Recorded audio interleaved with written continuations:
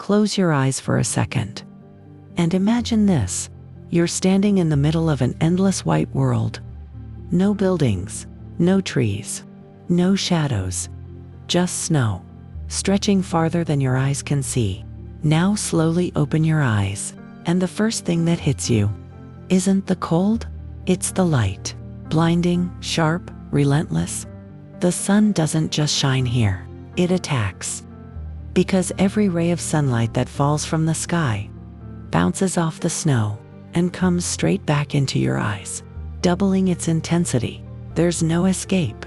You look left, light. You look right. You look down, even more light. And within hours, your eyes begin to burn. Within a day, your vision starts to fade. And within 2 days, you might not be able to see at all. This is what early humans faced in the Arctic thousands of years ago. And this wasn't rare. This was everyday life. Hunters, travelers, entire communities, they lived inside this blinding world. And the condition they suffered from is something we now call snow blindness. It's not just discomfort, it's actual damage to your eyes caused by ultraviolet radiation. The same kind of radiation that can burn your skin, except this time, it's burning your vision. People described it like this: a constant tearing sensation, like sand trapped under your eyelids, followed by a slow, terrifying darkness. Now imagine trying to survive like that. You can't hunt. You can't navigate. You can't even recognize the people around you, in a place where survival already depends on precision and awareness. Losing your sight is a death sentence. So the question is, what do you do when the environment itself is trying to take away your ability to see? For most of human history, people didn't have the luxury of waiting for science. They didn't have laboratories. They didn't have research papers. What they had was instinct, observation, and the ability to experiment with whatever nature gave them. And somewhere in that frozen world, someone noticed something strange. When they squinted their eyes, just slightly, the pain reduced. The light became more manageable. Vision became clearer. That tiny observation changed everything. Because from that moment, the idea was born. What if we could control how much light enters the eye? Not block it completely, but limit it, filter it, shape it. And that's when one of the most underrated inventions in human history appeared. Early Arctic people began carving small, flat pieces of material, bone, driftwood, even walrus ivory. They shaped them to fit across the face, crude, rough, unpolished, but functional. And then, they did something incredibly smart. Instead of cutting large holes for the eyes, they carved very thin horizontal slits. Not wide openings, not circles, just narrow lines. At first glance, it looks almost too simple to matter. But in reality, this was a breakthrough. Because those tiny slits dramatically reduced the amount of sunlight entering the eyes. And here's the fascinating part. They didn't just reduce brightness, they actually improved focus. It's the same principle used in modern optics. When you limit incoming light, you reduce distortion, you sharpen clarity. So, without knowing anything about physics, without understanding UV rays or eye anatomy, they had accidentally discovered a concept that modern science would later explain in detail. And just like that, the first version of sunglasses was born. Not made of glass, not designed for fashion, not sold in stores, but handcrafted for survival. Now imagine wearing them. You place this carved bone frame across your face. Your field of vision narrows. The world becomes darker but clearer. The burning sensation fades. You can finally keep your eyes open. You can move again. You can hunt again. You can live again. And suddenly, the sun is no longer your enemy. This small invention didn't just protect vision. It restored control. It gave people the ability to function in one of the harshest environments on Earth. And that's something we often forget when we look at sunglasses today. We see style, we see fashion, we see celebrities. But the origin of sunglasses is deeply human. It's about adaptation. It's about solving a life-threatening problem with nothing but creativity and necessity.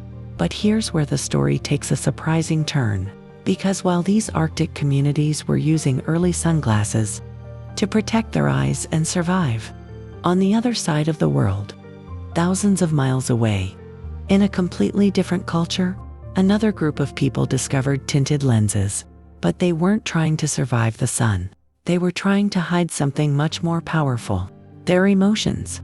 Now imagine a completely different world. No snow, no blinding white landscapes, no fight for survival against nature. Instead, you're standing inside a quiet courtroom in ancient China. The air is still heavy, every movement feels important, every sound echoes. At the center of the room sits a judge, calm/silent, unreadable. In front of him, two people arguing their case, voices tense, faces nervous. Because what happens here decides everything. But there's something strange about this judge. You try to look at his face to understand what he's thinking. Is he convinced? Is he angry? Is he about to rule against you? But you can't tell, because his eyes are hidden behind dark, smoky lenses. This wasn't fashion. This wasn't for sunlight. This was strategy. Around the 12th century, during the Song dynasty, Chinese judges began using lenses made from smoky quartz, not to improve their vision, not to protect their eyes, but to do something far more psychological: hide their emotions. Because in a courtroom, emotion is power. Think about it. Humans naturally read faces. We look for tiny signals: a raised eyebrow, a slight smile, a moment of hesitation. And from those signals, we make decisions. We adjust our words. We change our tone. We try to influence the outcome. But what happens when those signals disappear? What happens when the most important person in the room becomes completely unreadable? That's exactly what these early sunglasses did. They created distance. They created mystery. They created authority. Imagine you're the one on trial. You're speaking, explaining, defending yourself. And the entire time, you're trying to read the judge. But there's nothing. No reaction. No emotion. No feedback. Just a still face and dark lenses staring back at you. Suddenly, you feel unsure. Are you saying the right thing? Are you making it worse? Is the judge already convinced or completely against you? That uncertainty is powerful, because when people don't know what someone is thinking, they assume the worst. They become cautious, careful, even intimidated. And that's exactly what these judges wanted. Not chaos, control. Here's what makes this moment in history so fascinating. These weren't really sunglasses as we think of them today. They didn't block harmful UV rays. They didn't improve clarity. In fact, they didn't help vision at all. They made it slightly harder to see, which means people were willing to sacrifice their own comfort just to control how others perceived them. Think about that. That idea, using eyewear not for necessity, but for image, identity, and influence. That's the foundation of modern sunglasses culture. This is where the story shifts. In the Arctic, sunglasses were about survival. But here in ancient China, they became something else. A symbol, a tool for shaping perception, a way to say, you can't read me, you can't predict me, you don't have power over me. And that idea would echo through history, because centuries later, celebrities would wear sunglasses. To avoid paparazzi, businessmen would wear them. To appear more confident, even everyday people would wear them. Just to feel different, stronger, more in control. All of that started right here, in a quiet courtroom, where a judge chose to hide his eyes. But while China was using dark lenses to control perception, Europe was about to take a completely different path. They tried to fix vision with color. And what they created was completely wrong. Now leave behind the silent courtrooms of ancient China and step into Europe, a place where science was beginning to rise, but understanding was still incomplete. This is the 1700s. Glasses already exist. People wear them to read, to see distant objects, to correct vision. But there's one major problem no one has truly solved yet. The sun. Not the blinding Arctic kind, not the courtroom kind. Just everyday sunlight that strains the eyes, causes discomfort, headaches, and long-term damage no one fully understands. And instead of solving it properly, Europe does something very human. They guess. At some point, doctors and scientists began experimenting with colored lenses, blue lenses, green lenses, sometimes even amber tones. The belief that certain colors could improve vision and reduce discomfort. Blue was thought to calm the eyes. Green was believed to balance light. It sounded logical. It felt scientific. But there was one big problem. They didn't understand UV radiation. Here's the truth they didn't know. The real danger from sunlight isn't just brightness. It's ultraviolet light. Something you can't see, can't feel immediately, but can slowly damage your eyes over time. And these early tinted lenses, they didn't block UV at all. In fact, they sometimes made things worse. Because when you wear darker lenses, your pupils expand. More light enters your eyes. And if that light isn't filtered properly, you're exposing your eyes to even more harmful radiation. So people believed they were protecting themselves, when in reality, they were increasing the risk. So why didn't anyone notice? Why didn't people realize these glasses weren't actually helping? Because of something powerful. Perception. When you put on tinted lenses, the world looks different. Softer, less harsh, more comfortable. And that feeling, that immediate relief, made people believe it was working, even if it wasn't. It's a pattern we still see today. If something feels right, we assume it is right, even without proof. At first, these colored glasses were mostly used for medical reasons. Doctors prescribed them for eye strain, for sensitivity to light, for certain visual conditions. But slowly, something started to change. People didn't just wear them when they needed them. They started wearing them because they liked how they looked, because they liked how the world looked through them, because it made them feel different. And just like that, glasses began to shift from purely functional tools to something more personal, more expressive. Even though these early European lenses were flawed, they did something incredibly important.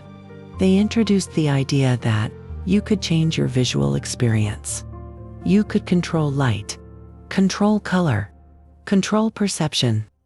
Not just for survival, not just for authority, but for comfort and identity. And that idea would become the foundation of everything that comes next. There's something almost poetic about this phase of history. People thought they had solved the problem of sunlight. They believed they had found protection, but in reality, they were living in an illusion, and that illusion would continue until a completely different force entered the story. Not scientists, not doctors, but something far more powerful. Because the next big leap in sunglasses history didn't come from science. It came from fame, from cameras, from bright lights, from people who were constantly being watched. And once sunglasses entered that world, they stopped being just tools or experiments. They became icons. And when Hollywood got involved, sunglasses didn't just protect your eyes anymore. They changed how the world saw you. Now picture this. It's the early 1900s. You're no longer in ancient courts or experimenting laboratories. You're in Hollywood, the heart of a new kind of power. Not political power. Not survival. But something far more influential. Attention. Lights, cameras, massive film sets. Actors standing under intense studio lights, so bright, they almost feel like artificial suns. These weren't the soft lights we see today. They were harsh, blinding, relentless. And for the actors working under them, it wasn't glamorous. It was painful. Back then, film technology required extremely strong lighting. Without it, cameras simply couldn't capture clear images. So actors had no choice. Stand under the lights. Keep your eyes open. Deliver your performance. Take after take. Hour after hour. Day after day. And slowly, their eyes began to suffer. Constant strain. Sensitivity to light. Even long-term damage. They needed protection. But here's the twist. When they stepped off set, they didn't take the glasses off. At first, it was practical. Actors wore dark glasses to protect their eyes after filming, especially outdoors. But then something unexpected happened. People started noticing.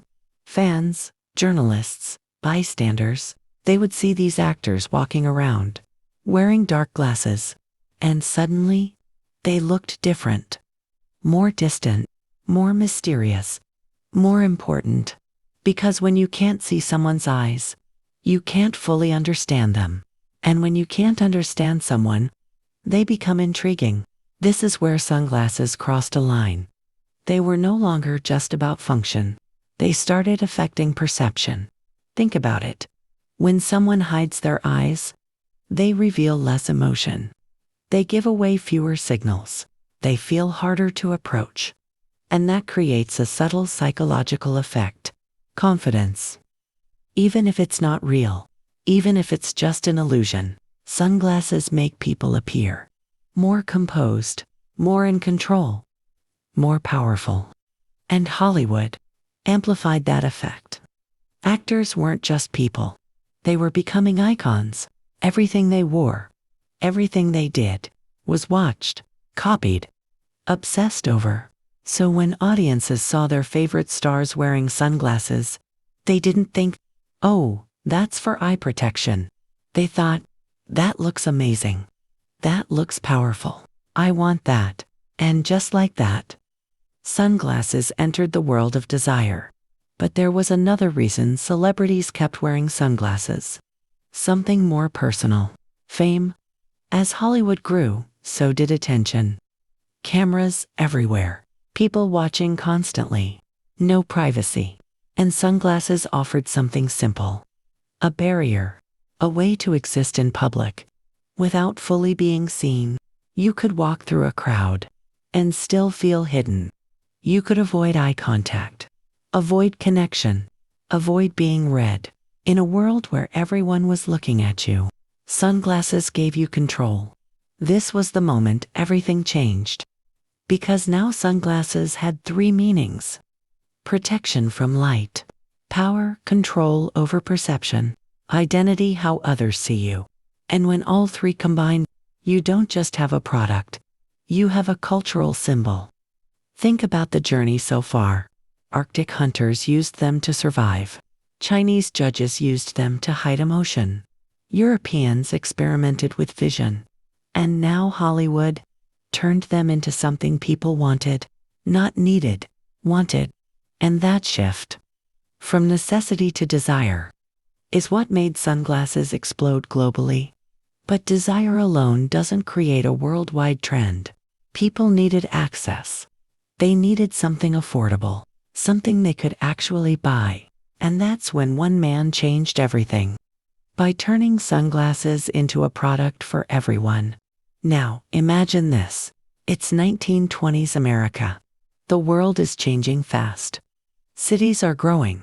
People are traveling. Beaches are filling up with crowds enjoying something relatively new. Leisure. For the first time in history, large numbers of people aren't just working to survive. They're going out, relaxing, spending time under the sun. And with that shift comes a familiar problem. The sunlight. Not deadly like the Arctic. Not experimental like Europe. But still uncomfortable enough to matter. People squint, cover their eyes, look for shade, and right there, in that simple, everyday discomfort, someone sees an opportunity. His name was Sam Foster. And unlike the scientists before him, he wasn't trying to study light. He was trying to sell a solution. In 1929, he introduced something revolutionary. Mass-produced sunglasses, not handmade, not rare, not expansive. Simple, affordable, available. For everyone. But here's the genius part. He didn't sell them in fancy stores. He sold them on Atlantic City beaches. Think about that. A place where the sun is strong, people are relaxed, and discomfort is immediate. You're sitting there, enjoying your day, but the sunlight is bothering you. You can feel it. And then, right in front of you, someone offers a solution. Instant relief. No convincing needed. No explanation required. You try them on, and suddenly, everything feels better. This wasn't just a product. It was perfect timing, because sunglasses were no longer a survival tool, a symbol of authority, or a celebrity accessory. They were now a consumer product, something ordinary people could buy without thinking twice. And that changes everything. Once people started wearing them on beaches, they didn't stop there. They wore them while driving, while walking, while traveling, and slowly, sunglasses became part of daily life, not essential, but normal. And that's the key to any successful product. When it stops feeling special and starts feeling necessary. Here's something interesting. Before this moment, people admired sunglasses from a distance. They saw them on actors, on important figures, on people with status, but now, they could own them. And ownership changes perception, because when you wear something yourself, you don't just see it, you feel it. That sense of confidence, that slight boost in attitude, that subtle shift in how you carry yourself, now everyone could experience it. This is where the sunglasses industry is truly born. Factories begin producing more. Designs start evolving. Competition slowly enters the market. And sunglasses move from a simple solution to a growing business. But there's still one missing piece, one major leap. That would push sunglasses from common to iconic. And it wouldn't come from beaches. It wouldn't come from fashion. It would come from the sky. This is where the sunglasses industry is truly born. Factories begin producing more. Designs start evolving. Competition slowly enters the market. And sunglasses move from a simple solution to a growing business. But there's still one missing piece.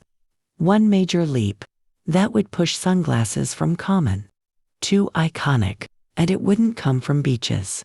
It wouldn't come from fashion. It would come from the sky. Because, while everyday people were enjoying sunlight on the ground, high above them, pilots were facing a much more intense version of the same problem. At extreme altitudes, the sun isn't just bright, it's overwhelming, blinding in a completely different way. And for pilots flying at high speeds, losing visibility, even for a moment, isn't uncomfortable, it's dangerous.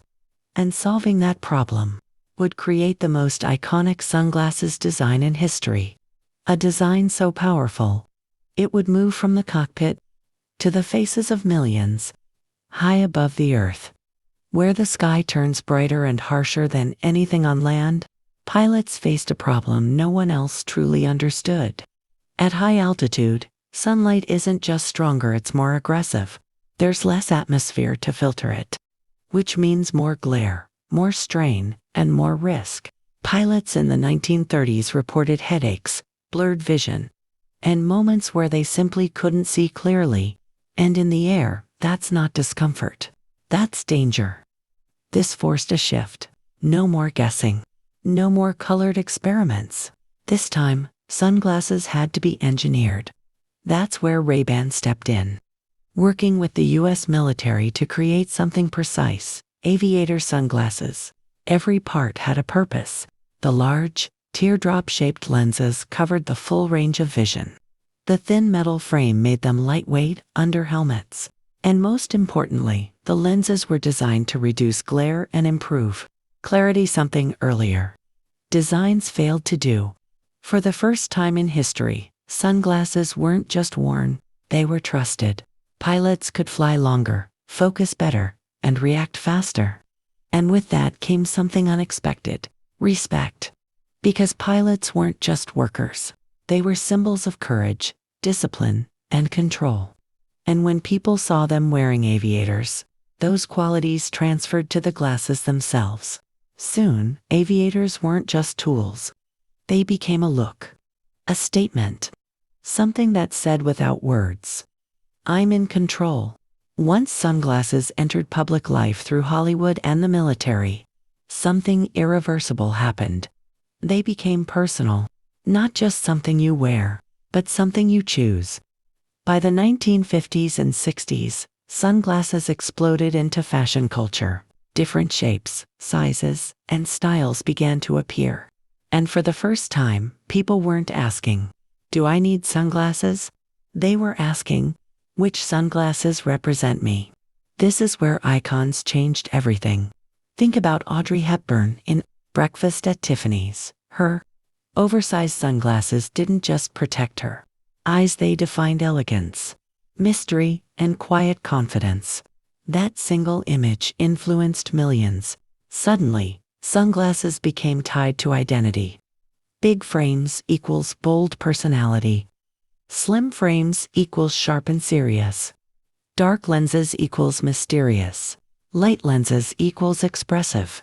And for the first time in history, people used sunglasses not just to hide, but to express who they are.